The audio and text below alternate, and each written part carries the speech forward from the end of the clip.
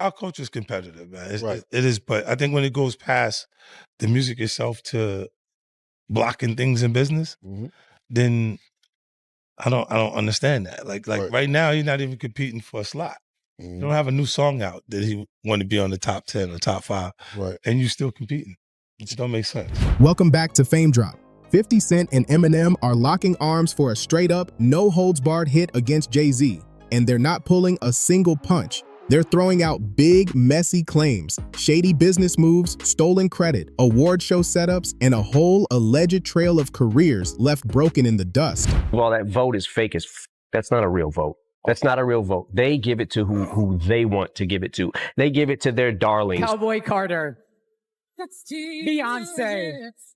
This ain't just industry gossip anymore. It's like watching a full-on building blaze. Now 50 is openly saying Jay-Z is still trying to block his business plays even today. Cowboy Carter 16, Beyonce in 2025, and Eminem, he's been warning for years about just how dark and cutthroat this music game really gets. Recently, M's been slipping clever, hidden messages into his lyrics. Cryptic bars hinting at powerful shot callers pulling strings from the shadows. But it doesn't stop there. Beyonce's name is now getting dragged right into the middle of the storm. She's facing accusations of swiping songwriting credits and allegedly shutting doors on other women in the business. People are pointing at names like Aaliyah, Mia, Mary J. Blige, and Carrie Hilson. It's the price you pay, when you're early in your career, you feel that you have to listen. And when you buck, they buck harder and they make threats. And those threats are huge ones. Women who were on the rise until suddenly they weren't, and everything went silent. The tight bond between Jay-Z, Beyonce, and Diddy, yeah, that's got folks raising their eyebrows again. More questions are flying around than ever before. Jay-Z may have sidestepped that Jane Doe lawsuit, but now the woman at the center is hinting at something big. She says she felt pushed to stay quiet, right after some seriously shady figures came knocking at her door. That's not just industry beef, that's straight up chilling. Now everyone's asking, are Jay-Z and Beyoncé really the perfect power couple they sell to the world, or are they just masters at sweeping dirt under the rug when the cameras are off? Have they been climbing to the top while stepping over whoever they had to? And do 50 and M actually have the inside scoop to crack this whole thing wide open? Sell your soul to get them. And you didn't know if you wanted it for the recognition or the trophies, but then what's the difference? And that Grammys pretty much suck the blood of artists and nominate them, have them come to the shows. And Which they do. They do it every year, yeah. And I'm just tired of seeing it. And for whatever reason, it's like they're always pitching this hint that you might win album of the year, which used to be a big deal. I don't think it's a big deal now. Enjoying the video so far? Smash that like button and subscribe to Fame Drop so you're here for the next one. Could they be about to expose a game that not only ends careers, but maybe even risks lives? For years, Jay and Bey were untouchable in the culture. Say a single bad thing about them and bam, instant backlash. You'd get labeled as jealous, bitter, or just chasing clout. But this time, 50 says he's got proof, and he's reaching back to 2023 to pull out receipts. Back then, he claimed Jay-Z tried to stop him from hitting the stage at the Super Bowl halftime show, pulling NFL strings behind the scenes to shut it down. Mm-hmm. So I think they still harbor some energy towards me. You think you were purposely left out of the ad? No. Okay. I don't think. I think that they were saying the NFL had some issues with me that I don't know what those issues are. Like what is the issue? You start looking at that's not mine. That's theirs. They harbor it, right? But when you look at M is looking at the entire legacy. Yeah. The whole thing, like with M, Dre, and myself, like I'm a shady aftermath. You see what I'm saying? Like there's so much G-Unit Records. Right. They forget that I'm M and Dre's off. Wild, right? But here's where it flipped. Eminem wasn't having it, and the move blew up in Jay's face. That moment alone showed just how far Jay might be willing to go to keep 50 out of the spotlight. Oh boy was doing with the Super Bowl. Mm-hmm. Because he was doing like, yeah, go ahead. He was doing some wild because he was saying that to Eminem that the NFL had the issue with me. And I'm like, well, what's the issue? Why don't I have an issue when I'm becoming a partner in the actual team, but they got an issue with my performance? Right. Makes no sense. You know So what I mean? I was going to get to that later, but since we're here now. And when he says "oh boy" for the audience that Yeah, it's don't know, Jay. talking about Jay-Z, Mm. this was discussed before. Jay-Z told Dr. Dre, just for people who's not up on this, or Eminem, that he didn't want you to perform part of that Super Bowl they had a couple years ago. Why do you think that is? Well, I just think, Threatened? yeah, Possibly? not even threatened. You know, I think it's just when you take the competition from like our culture is competitive, man. It is, but I think when it goes past the music itself to blocking things in business, then I don't understand that. Like right now, he's not even competing for a slot. You don't have a new song out that he want to be on the top 10 or top 5, and you still competing. It just don't make sense. Like, what are we competing for? What's the goal? Like this even like a lot of the even a lot of the competitive stuff, or what we would call it beef, right? And it changed. That terminology changed from when it's Biggie and Tupac, because we start saying the things that people would say that cause beef in the environment. Right. When before that they called it battling in our culture. Right. Right. Because that's what it is until it turns into some street shit. So when you're not competing for those things anymore, and you start looking and you're going, so what was the problem? You can't exactly remember what the problem was. That's what went through with Joe. Fast forward to 50's recent sit-down on Talk with Flea featuring Cameron, and he's right back on Jay-Z's neck. He claims Jay is still moving dirty behind the curtain, not just in music, but in the boardrooms too. And here's the kicker. 50 says Jay's already proven himself in the game, already hit the mountaintop, yet he's still allegedly out here trying to block his moves just for spite, like he just can't let it go. And trust, it's personal, and it doesn't stop there. 50 Cent and Eminem are locking in even tighter, ready to bust this whole thing wide open. They're calling it what they believe is straight-up Grammy rigging, and 50 is pointing that finger right at Jay-Z, saying he's been using his marriage to Beyoncé like a cheat code to snatch trophies. Meanwhile, Eminem's been shouting for years that the Grammys are nothing but a pay-to-play hustle where real talent barely counts. When Beyoncé finally took home Album of the Year for Cowboy Carter, not everybody was cheering. The whispers started quick, fans speculating that Jay might have worked his behind-the-scenes magic again, especially since just 1 year earlier, he stormed that Grammy stage calling out the Recording Academy for snubbing his wife. But here's the wild twist. Fans weren't buying the act. That speech felt staged, even fake. Andre Young, thank you, sir.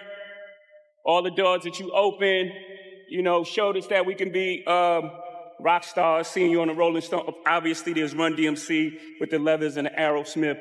But when you came out west, you took it to a whole new level. Some of you don't belong in the category. Oh, no, that was it. No, when I get nervous, I tell the truth. Like he was holding an award while taking shots at the same people who just handed it to him. It got people asking, if the Grammys are really that crooked, why even show up? Why not walk away and show the world you don't need them instead of playing nice on stage? That whole moment had the internet buzzing. Are the Carters stacking awards off pure skill, or is there a deeper game here involving favors, influence, and fat checks behind closed doors? Industry insiders have been talking for years, saying the Grammys ain't about pure artistry. It's about politics, private deals, and secret handshakes. And one of the loudest voices pushing that message has always been Eminem. He's said it forever. The Grammy system is a setup. 50 did not win Best New Artist at the Grammys. There was nothing bigger than 50. Nothing bigger, and nobody since maybe like Snoop came out the gate like that. My first album didn't do it. I never saw someone's first album and the wave happen like he had. And then he doesn't get it. And then I get up there another year, and what was it, the Eminem show? And it was like, whatever. I'm fine if I lose to Kanye or someone that I'm like, okay, I respect that. I know who that is, and Kanye has a huge following, and he's made a massive impact on music. Fine, I'm good with that. But don't get us all here to use your selling point for your show and stiff everybody every single time. And I said, after that point in time, I was like, don't ever ask me to Here again, please do not ask me. My answer is no for 100 million years. Never again. And he's lived by it. He swore off ever attending again, and he's kept that promise. But make no mistake, M's not bitter about losing. He's gone on record saying that if someone genuinely drops a better album than him, he'll give respect where it's due. What really grinds him is how the Grammys use his name. They hype him up, splash his face all over promo ads, act like he's a frontrunner just to reel in viewers and spike ratings. Then, come showtime, boom, shut out, like he was never even in the game. Straight smoke and mirrors. When asked if he'd ever come back by joining the Grammy voting team, M didn't blink. Said it wouldn't change a thing. In his words, the whole thing's rigged, and those votes mean nothing. And right there beside him, 50 Cent doubling down with even heavier shots. He's not just calling the Grammys crooked. He's saying flat out that Jay-Z's wins have nothing to do with the music. According to 50, Jay is stacking trophies purely because of who he's married to. He claims the Recording Academy knows the score. If Jay and Bey walk through the door, the trophies will follow. Why? Because when they show up, the cameras pop, the ratings explode, and suddenly, the whole show is trending worldwide. So what's the move for the Academy? Keep nominating Jay and Beyoncé. Keep giving them wins. Make sure the biggest power couple in music shows up and brings the spotlight with them. The first time I ever saw Jay-Z or even heard him spit a rhyme was at an MC battle, street battle in New York. But he didn't show up as Jay-Z. He didn't show up as the hottest rapper on the street. He showed up as that was with Big L. Rest For in those peace. of you. Rest in peace, Big L. Rest in peace, Big L. One of the That was the dopest. sensei. One of the dopest. Yes. Big L was who put Jay-Z on. Without question. And then Big L died, and then the next thing you know, Jay-Z. But 50 wasn't done cooking. On his appearance on the Flagrant podcast, he went even further, saying Jay-Z's whole Grammy empire isn't about raw artistry, it's about marriage leverage. Then came the real curveball. 50 suggested Jay and Beyoncé's relationship might not even be the fairy tale people think, hinting it could be more like a contract for image, influence, and big money deals. Wild, right? And according to him, Jay's been playing this long game for years, keeping his spot at the top by any means necessary. Industry whispers say Jay-Z and Beyoncé have allegedly been blocking other artists on purpose. Okay, I see what's really good. You're trying to eliminate the competition, you know, because at first you retire, you know, then get me off the label. Now you're back rapping again. Keeping the spotlight locked on themselves so no one else shines too bright. Always winning, always front and center. And the rest, left in the shadows. Then there's the dark cloud around Beyoncé's former bodyguard, Uncle Ron. Before he passed from pneumonia, he went public with claims that he had receipts, proof that Jay and Bey had crushed careers, ended opportunities, and shut down rising stars just to protect their own throne. He swore he'd seen it firsthand. And the timing of his death, let's just say people are still side-eyeing the whole thing. And how can we skip over Jaguar Wright in all this? She once sang backup for Jay-Z. Now she's one of his loudest critics. Jaguar's been spilling serious tea, even saying folks close to Jay, like Harlem legend Big L, either ended up gone or had their careers vanish right when Jay was on the come-up. Let's talk Big L for a second. Back in the early 90s, he was Harlem's golden child, a lyrical beast known for freestyle skills that had the streets buzzing. The game is bullshit, man. The game is bullshit. If you want to rap or sing or whatever, don't become a part of the game. You know what? Listen to a song I called The Industry. And that pretty much explains, you know what I'm saying, what it's about. The industry. Man, it's not the same. The industry, it's not a f***ing game. The industry, real is dying to get in the industry just to find they don't fit in. The industry ain't what it used to be. The industry's trying to control the way you MC. They want you to dress like this and talk like that. But I'm going to dress like this and talk with the gap. The industry. He locked in with Columbia Records, dropped a debut that made noise, and even after Columbia let him go, he kept pushing.